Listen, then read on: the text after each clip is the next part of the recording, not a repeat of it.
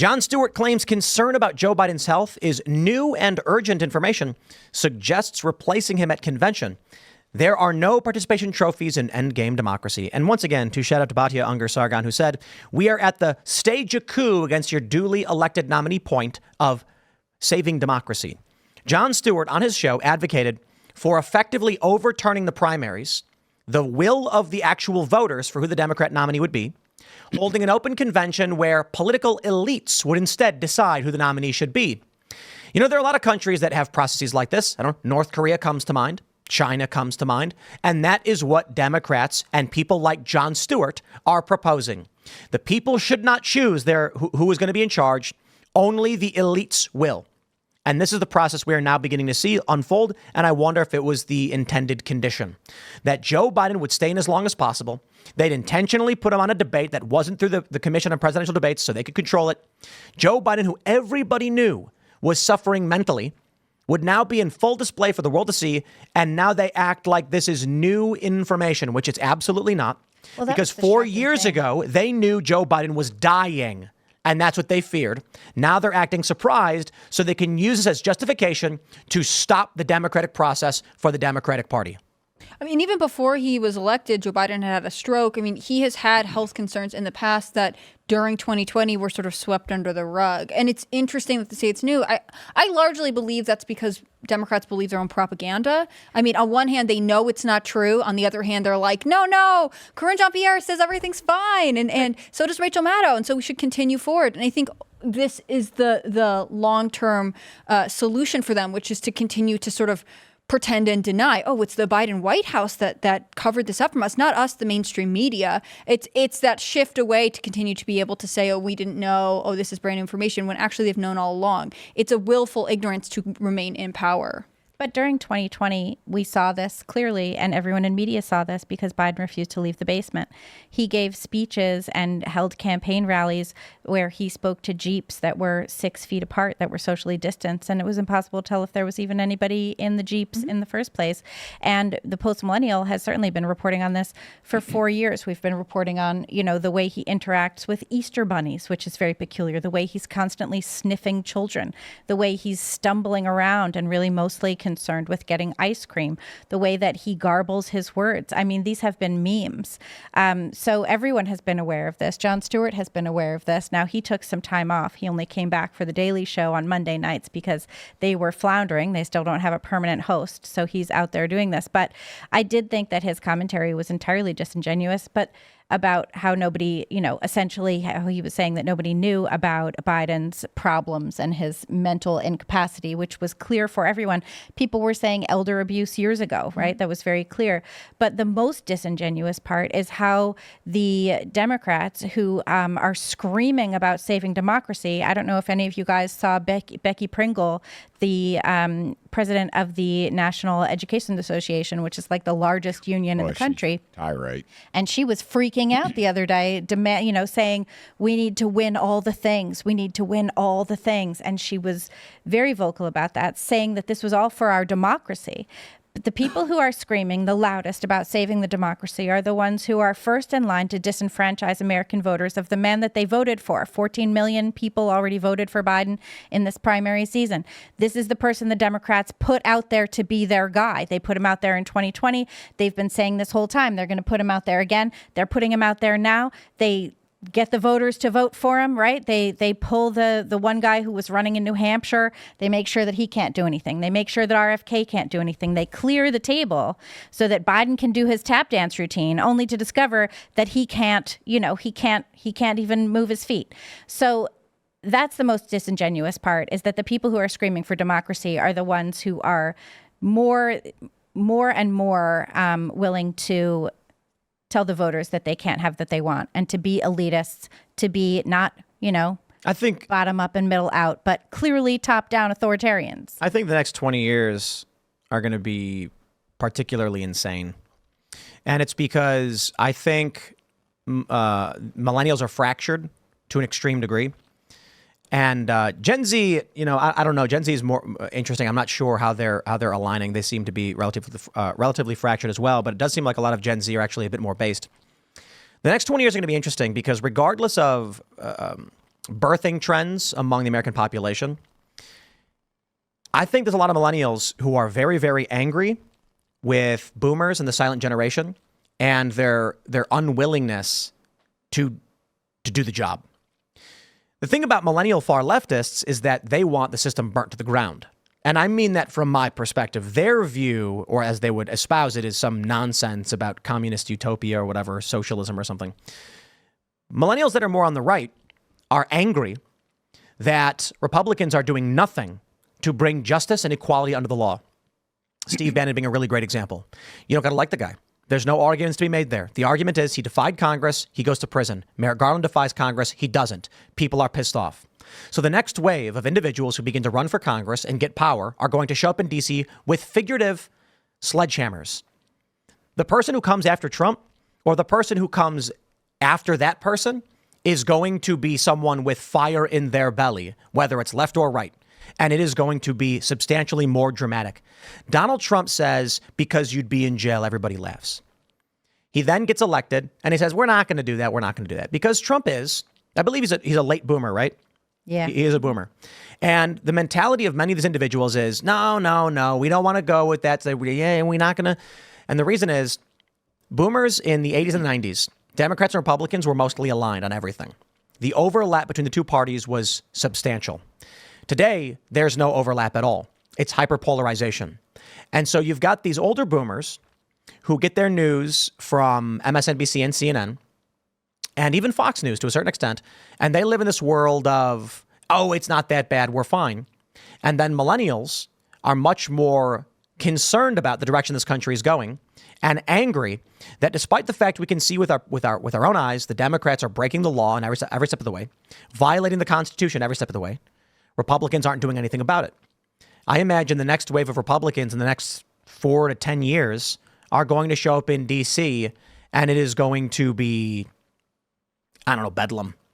I imagine whoever comes after Donald Trump as president for the Republican side is going to be a massive populist libertarian, and the system will be, if not Trump, you get someone like Vivek. And I don't even know if Vivek is a smart guy. He's a calm guy. He's a rational guy. He's a logical guy.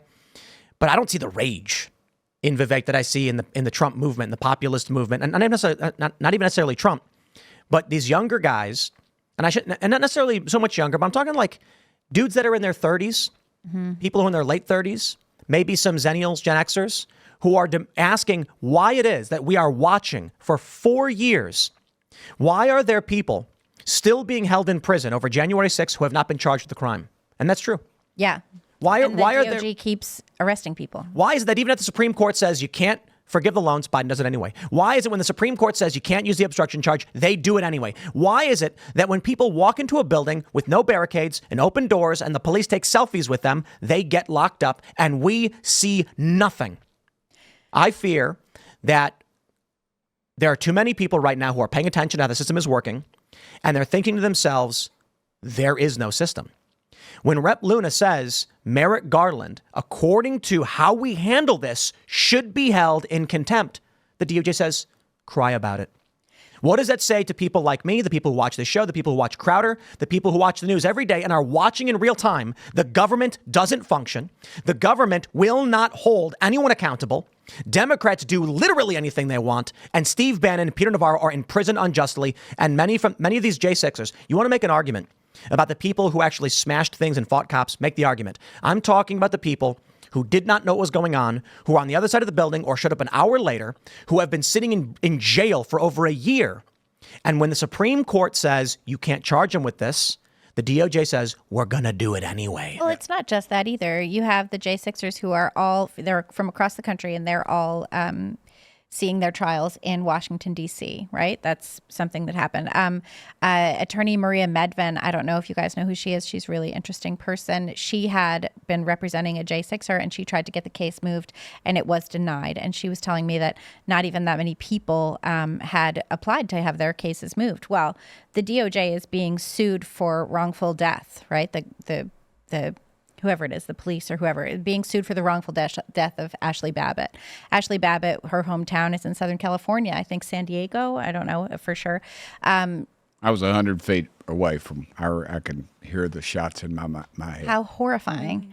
The Department of Justice petitioned to have her case moved to D.C., and it was granted. Why? Why was her case moved to D.C.? That doesn't make any sense. You know what I mean? Like you see because the jury there will lock you up Exactly. regardless of the evidence. Exactly. And you see the Department of Justice has this hugely long arm. They're very out of control. And it does seem like nobody's really doing anything about that except for, a couple of attorneys generals who are really trying. She's from San Diego. Yeah, San Diego. I think this is one of the questions on the table, right?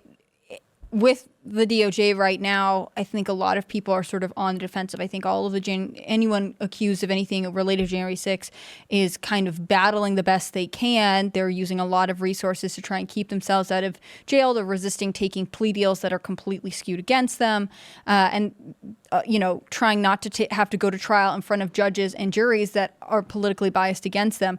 On the other hand, I think Donald Trump is an example of this. I think there are a lot of organizations that can see the effect of an overreaching DOJ and know that there's sort of no way forward until a new government is installed, like when there's a turnover in both Congress, Senate, and in the presidency, because Joe Biden's not going to do anything to stop it, and the Senate's not going to help any sort of movement from the House to stop it, and it really does feel like a period of limbo as everyone waits and figures out. Now, that's not very motivating to the American public, right? It's very doomsday. It's very depressing to think that this is a system that's there and you can't do anything. We've got 6 more months left, and maybe even possibly more than that if it's not dismantled from within. But I do think that the effect of the only silver lining for January 6th for me was really that a lot of American people talk about what happened and they say this isn't right, that the way you're being treated is wrong. It makes them more conscious of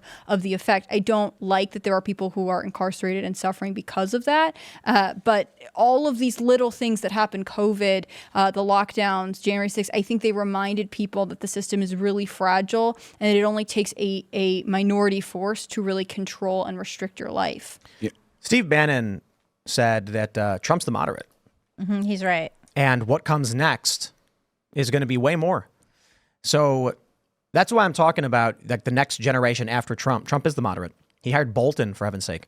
He's looking at this as a compromise, what he can get done, and he got betrayed by some of the people that he thought he could trust. He could not trust. I'm just wondering, who Bannon is talking about. Who's the next person in line? Because I have to imagine, based on the people that I know, I'm just imagining. What would Jack Posobiec do if he was president? It ain't going to look like Trump. It's going to look like tenfold Trump. Yeah, it would be much more conservative. Oh, Jack would go in, straighten his tie, and then just say, execute Schedule F, and then just start firing everybody. He would get the job done. I'm looking at people like him. I'm thinking about what I would do, and it's nowhere near what Trump is doing. Trump is taking the light road. Yeah. But Trump has always been the deal maker, right? He has been, but I think he understands who betrayed him the last time, and he understands which systems. And I think he understands that these departments have to be dismantled, that he cannot continue down this same path with the same people and get any better results. So that's where I'm thinking because I know the people in Congress that have his ear, and they think like you do, and they think like I do, Tim, and I believe that they have his ear this time, and there's not people he's not going to get to know. He already knows these people, and he's been working with them in the past, and so I hope he does. Do you think that means that he'll take more strategic positions on things like immigration? Like, we're hearing a lot about the border wall, but actually you have to do stuff like reform chain migration. Yeah. You have to end birthright citizenship. I don't know if you have an opinion on birthright citizenship. Well, he's got all that stuff in there. I mean, did you see that? You saw the policy platform. He doesn't mention birthright citizenship on the policy platform. No, I mean, there's other stuff. Securing the border, and he's talked about there is more to securing the border. Also, if somebody makes $6,000 a year in these countries, they'll stay down there. A lot of them will. I had a meeting with some folks out of Guatemala today. I've been working with them and businesses to bring American business ideas down there. Our State Department was big on bringing drag shows and other things to other countries. Helping them. Capitalism is the key to that deal. And if we can, and we can use our capitalism, our business know-how, get those businesses there operating, and they can sell their products, or we can take their products and refine them as we've been working on, and then sell them to the world. I think that will keep the people in those countries, and we'll get back to the old system. You know, the system before under Reagan was, you come up, you get your papers, your card, you go do your thing. You work seasonal, migratory workers is what they called them, and then they would go back home to Mexico, Guatemala, whatever, Honduras, and that process would repeat itself. And it was a economic need. We needed people picking in the fields and things like that, and we broke the system when we allowed them to stay and get benefits. And I think also incentivizing them to stay. I mean, that's the problem with birthright citizenship to me. Absolutely. Thanks for checking out this clip from Timcast IRL. Make sure to watch the show live Monday through Friday at 8 p.m. Subscribe to this channel, and we will see you all there.